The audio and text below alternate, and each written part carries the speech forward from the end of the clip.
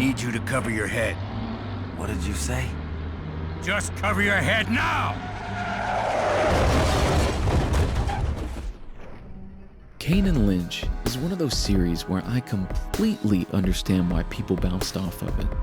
This is not a clean game, it's not empowering, and it definitely doesn't end in a way that feels good. But after playing through this game twice, just to make sure, I couldn't shake it. Released in 2007, the Edgelord era. The era of brown color palettes, piss filters, and constant swearing and violence, mostly to prove how adult a game wanted to be.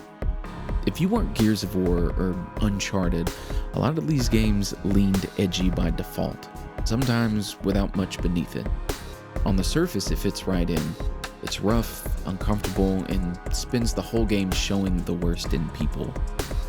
And at the time, it wasn't received very well, citing the gunplay, pacing, and pretty much everything was a negative mark. And all of that is still true. But damn it, I still enjoyed this game so much. Removed from the expectations and reviews, I had such a good time playing this game in spite of the glaring issues. I enjoyed how little it cared about being liked, or how it never built towards a clean payoff. Dead Men definitely seems like less of a story, although there is a little something there, and more like a bad day. Like, it's not a traditional arc here. You don't really watch characters grow or learn anything.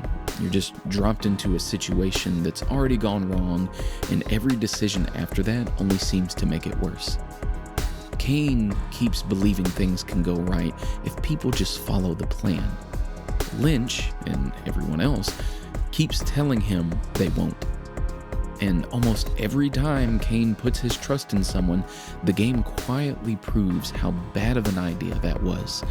It reminded me of movies where there wasn't a happy ending or clear resolution.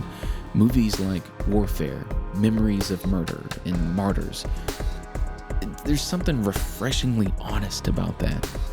You're not expected to sympathize with these people, and there aren't any opportunities of redemption either.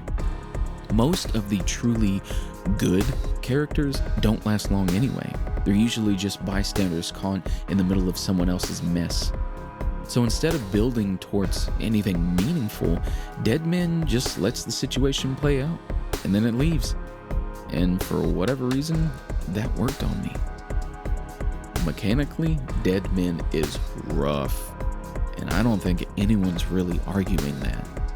Gunplay is stiff, movement's heavy, aiming never feels quite right, and this is a cover shooter, and there isn't even a dedicated snap to cover button, but more like a sticky cover style mechanic, which is the worst when paired with heavy movement. Even playing on mouse and keyboard, it still wasn't totally comfortable. And if you played this on a controller back in the day and finished it, my dude, I salute you. But I did like how you never felt you were in a power fantasy. You're slow.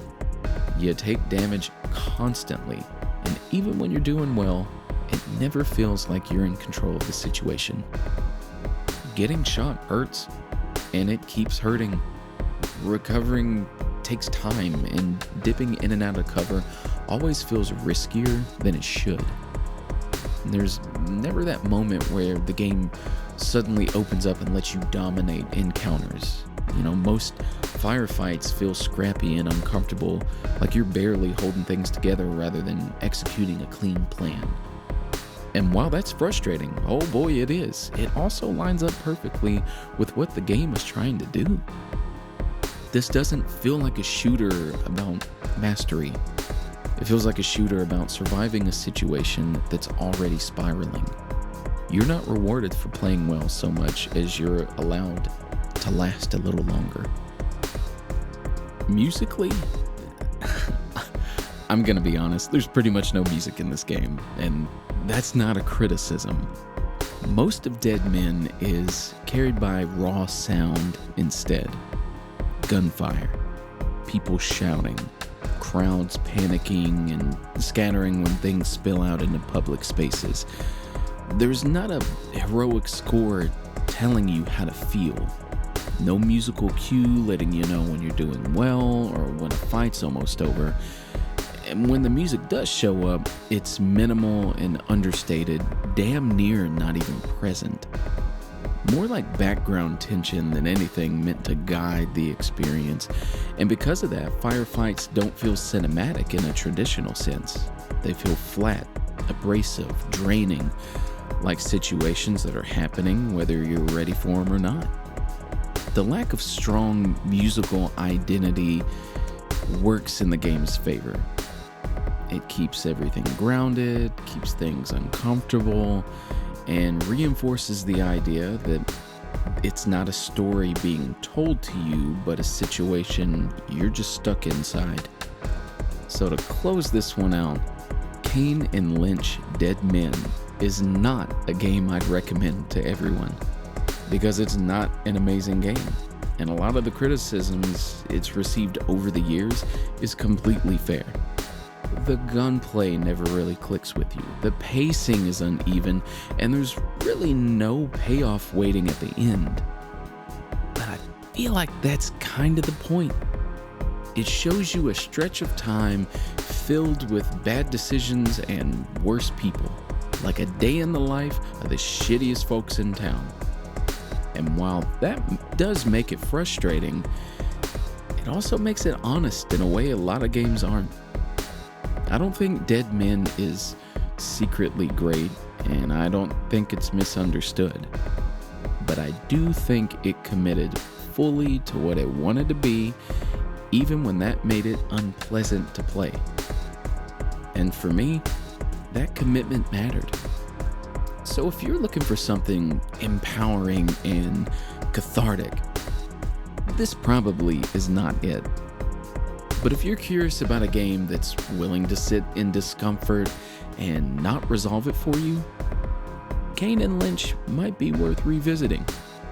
The best I can say is viewer discretion is advised. And that's it. If you dug the video, toss a like. If you've got Kane and Lynch memories, drop some damn comments. And if you want to hang for the next one, hit that sub button. Helps more people find this shit, because I got a lot more coming your way.